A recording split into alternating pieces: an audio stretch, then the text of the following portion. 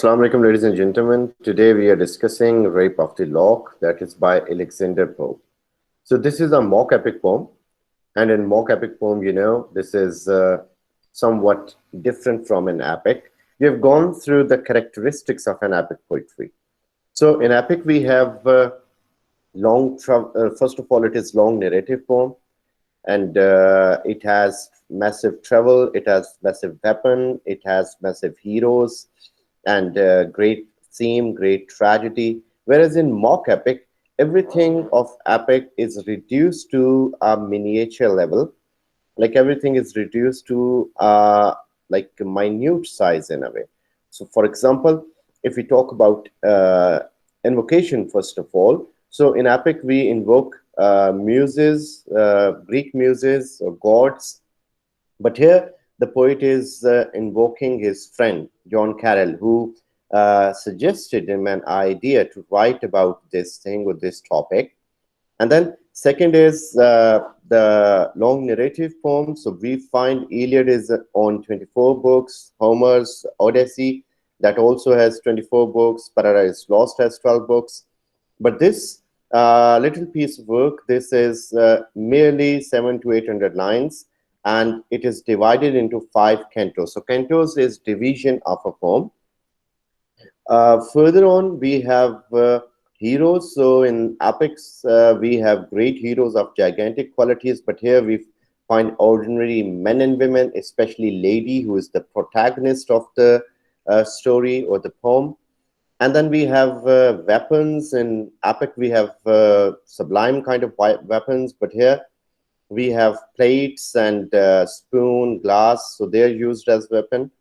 In epic, what else we have is travel, which is on a massive scale. But here we find the travel is through a little boat amid the River Thames in London. Then there is a theme which is great. Helen eloped with Paris in Iliad. Odysseus could not find his way back home in Odyssey, justifying the ways of God to men in Paradise Lost. But here we find that it is merely cutting off a lock of a lady, on which all the issues started. And finally, the tragedy. So in epic, we have great tragedies. The city of Troy is burnt in Iliad. Odysseus could not reach home in Odyssey. Men and women, they were expelled from heaven in Paradise Lost. But here, what we find is that simply a lock of hair of a lady that is cut. So this is the tragedy in it. So this is making an epic on a miniature scale, on a smaller scale. So that's what you used in Rape of the Lock.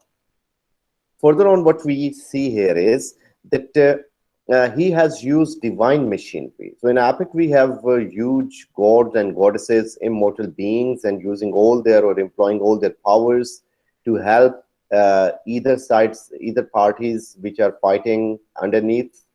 But here in Rape of the Lock, we find that in the Rape of the Lock, the divine machinery is very tiny and barely, like it is almost invisible from human eyes. Human cannot detect that machinery. So Alexander Pope borrowed Rosicrucian doctrine from where that was a doctrine of spirit, and he used it to his purpose, and the purpose was to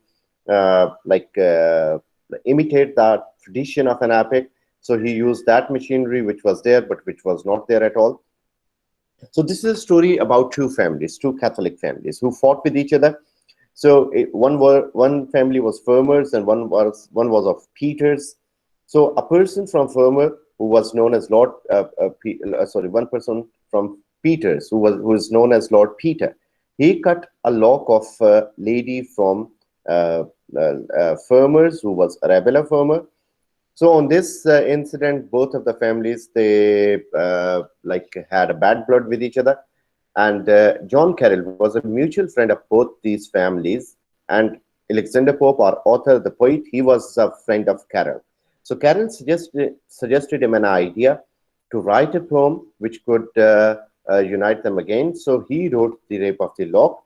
And then we could see that both of the families, they were united again. So this is again of the same thing, the letter in front of you. So this is a letter written by Alexander Pope to his lady